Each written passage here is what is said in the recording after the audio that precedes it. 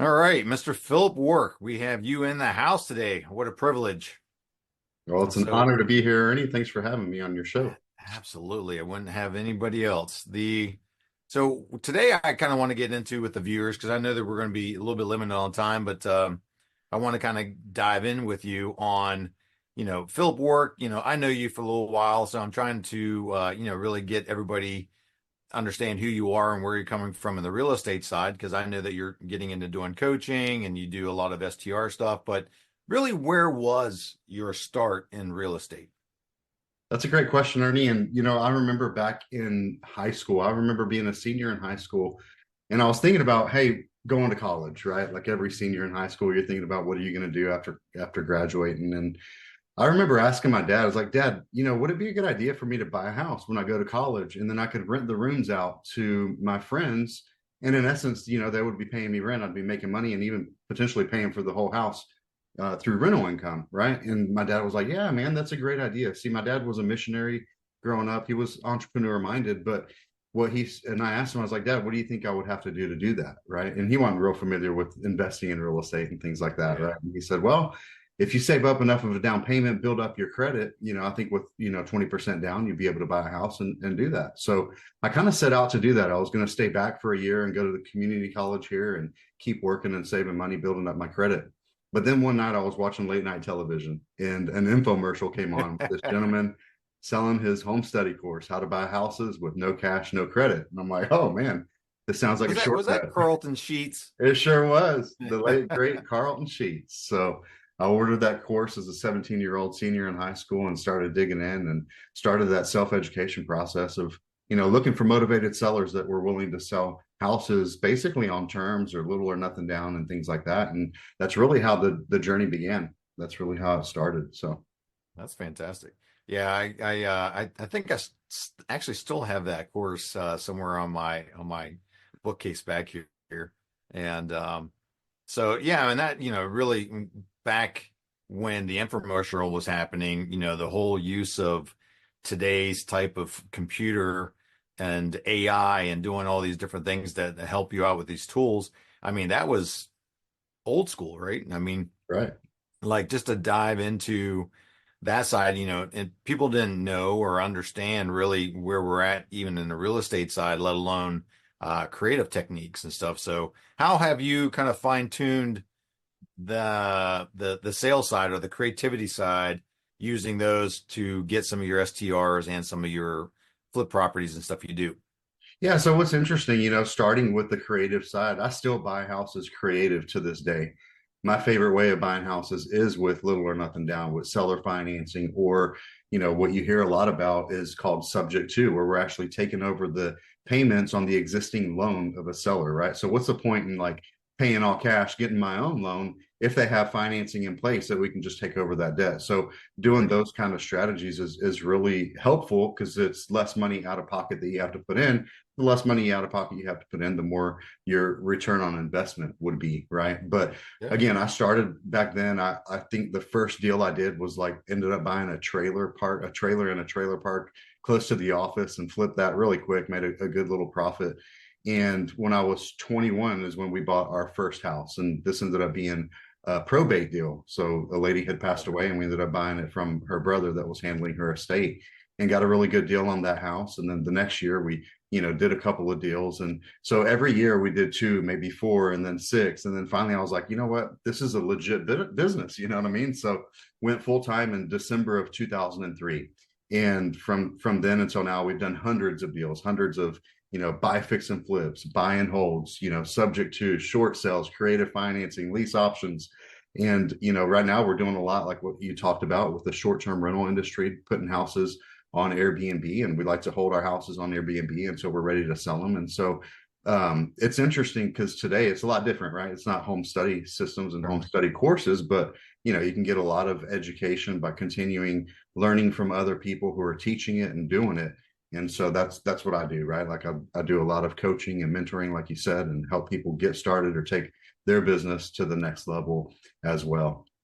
Yeah, that's fantastic. I'm a huge proponent of like once you kind of learn and you get, you've done enough of these to build up the credibility and your authority in the space. you got to give back. All right. I mean, that's just kind of the nature of the business. And you'll find that there's a lot of people that don't do that. And I always feel bad because it's like, you have a great opportunity to you have a great opportunity to give back and pass that fruit forward because ultimately those same people might be the ones that are bringing you the deals, right? I mean, That's right. you That's right. know, it's Well, what that's a you're good always point, most and a likely. lot of people don't pick up on that, right? And so I do. I have some really affordable entry level coaching programs, and it really is. It's designed to actually do deals together, right? Because we're going to get make more money partnering on deals, doing joint venture deals than I'm going to do on coaching fees, right? And so Sure. Yeah. anybody that's willing to partner and do deals together, because we can go a lot further, a lot faster together than we can individually on our own. And like I said, I started off doing a deal here and a deal there. And information back then, like in the early 2000s, it was like expensive. Like for you to go to a seminar, it was $5,000, $10,000, right? Getting coaching and mentorship was $15,000. And there's still programs out there like that to this day. But today you can learn a lot on YouTube. A lot of people put out valuable free content and information out there. But it wasn't until I came under the wing of a partner, somebody that was coaching me and doing deals together, that we were able to take our business to the next level, from going to doing a few deals a year to doing a few deals per month, right? And so doing that like that. And I heard a quote once, I don't remember exactly who it was. It might have been a Brian Tracy quote, but he said, if you reach the top levels of success and you look around and you're alone, you did it wrong, right? And so that's what I pride myself on, is Yeah. to turn around and help the next guy that's wanting to get started or take their Yeah. business to the That's next level. fantastic. I did similar where I ended up becoming the lone wolf. And you can only grow so much to your point. You can only grow so much and so fast by doing it that way. And you kind of have to for sure get into meeting people and you building your network and they always say your network equals your net worth. So yeah, definitely it resonates with me as well, and as I'm sure with the viewers. The so I guess kind of like fast forward a little bit. Yeah, I know that you're getting into more coaching and giving back. What do you see happening in the next 2 to 5 years with your real estate business? And are you looking into any other lines of passive income or how do you get, I guess, let's ask this question. How do you get your money to work for you when you're sleeping? Okay, that's a great question. But I would say leverage, like we talked about earlier, the less money out of pocket that you have to put down, the better leverage you're going to get and the better the return on investment, right? And so right now we're in a scaling mode, right? And with the real estate market the way it is right now, with interest rates being a little bit higher, houses are Mhm. taking longer to sell. So we're basically in a buyer's market. So it's not the best time to sell. Selling houses is one of my profit centers, right? And so with real estate, there's four profit centers, right? You have appreciation, right? This is the property value going up as you own it. You've got depreciation, which is the tax benefits of the write-offs that you get from owning the property. You have cash flow, right? The cash on cash return from the monthly rental income. And then if you have financing in place, you have the principal pay down. That's every time you make a mortgage payment from your rental income, the balance is going down. So you're building equity in all those ways. So right now we're kind of in a market where we're going to hold longer, right? So we're pivoting to a strategy where we're buying with private money partners instead of private money lenders, right? Building portfolios with other people, with some of my students and private money partner lenders. And the plan is to hold those properties for 5 to 10 years, right? And I think typically the exit's going to be at 7 years. So in that time frame, we'll have all of those profit centers building up to where in 7 years, as we start unloading those assets or refinancing them to keep them and doing cash out refinances, that's another profit center. It's All right. tax-free, income when you do a cash out refi. And so that's kind of how I'm doing it, right? And then from when we sell properties, that gives us the capital to where we can go invest in other people's deals, right? We can invest in deals that's, where we're both members of, where we meet every Tuesday and look at opportunities where people are looking for capital, and we're looking for great people to invest that capital with, right? And so there's really no such thing as passive income, right? It's all active, right? Even if real estate is considered more of a residual income, right? It's considered passive, but with the short-term rental industry and what we're doing, it's Yeah. a very active business, right? We're running little hotels out of all these houses that we have, and it's a very active business. But even once you sell an asset and you just go put your investment capital into somebody else's deal, well, now you're going to be actively looking at opportunities, looking at those deals, watching and keeping up with those opportunities as well, and maybe even participating in some of the help with those as well. So Yeah. but yeah, that's kind of how I'm doing it, man. I love real Nice. estate and buying houses, holding them and selling them after Yeah. a good time. So So are you doing any kind of segues into the multifamily or commercial sectors? yeah, right now, I mean, we do look at commercial, we look at multifamily. Have not invested in any on my own at this point. I'm partners, like what we talked about, investments with some other people that are in that. But right now, my primary focus is building up the single family home portfolio. Nice. Mhm. And you're primarily in Texas, right? Yep, I'm right here in the suburbs of Houston. So Southeast Suburbs Houston, of Texas Houston. is where I live. And yeah, Yeah, I got to visit Houston for the first time, or actually second time, here just about a month ago, where I got the pleasure of seeing you again. yes, The sir. So I guess, when we're looking at the, how do I would say, like the dynamic, like where are you, what's the number of units you want to get to with doing the STRs, and or I guess to get to the next point, to pivot from STRs and keep that side and then kind of get into a diversified area of real estate. Like, do you have a plan of attack for what that looks like for you? Yeah, so I think the goal is always, covering your break evens, right? It's a progression, okay? And I'll put it this way, just for listeners and for anybody, depending on where you're at, right? So the first goal with real estate is going to be to have more income coming in than what you have expenses, right? And so this is what you were like relating to a minute ago, passive income or residual income. And if you think about it, single family homes historically, when you buy a rental property, you might cash flow 200, 300, maybe $400, right? As an example. And let's say you want to replace your household income. And let's just say you have $10,000 a month that you want to replace your income so that you can be full time in real estate. Well, to get to that, if you're only making, let's say, $250 per house, to make $10,000 per month, that's going to take a pretty big portfolio, Yeah. right? And that's pretty freaking overwhelming. But if you think about it this way, if you think about each house that I purchase, it might create that cash flow. But let's say a year from now or 2 years from now, you start selling one house at a time. If the average profit on a $250,000 house, as an example, is $50,000, well, how many houses now do I have to sell to get that $100,000 to? Right. So that sounds a little bit easier. Yeah. So my point is that scaling one house at a time, building a portfolio and a pipeline of homes that you can eventually sell. So right now we've got 5 houses on the market. We've got 2 more coming on the market within the next month. Right. And so we always have a pipeline of homes. Right. And so the cash flow is fun. The cash flow is great. But we're one phone call away from a $7,000 air conditioner problem, right? Or, anything like that that can happen, or a vacancy, or a tenant not paying. All these things come into play. So that can eat up your cash flow really quick.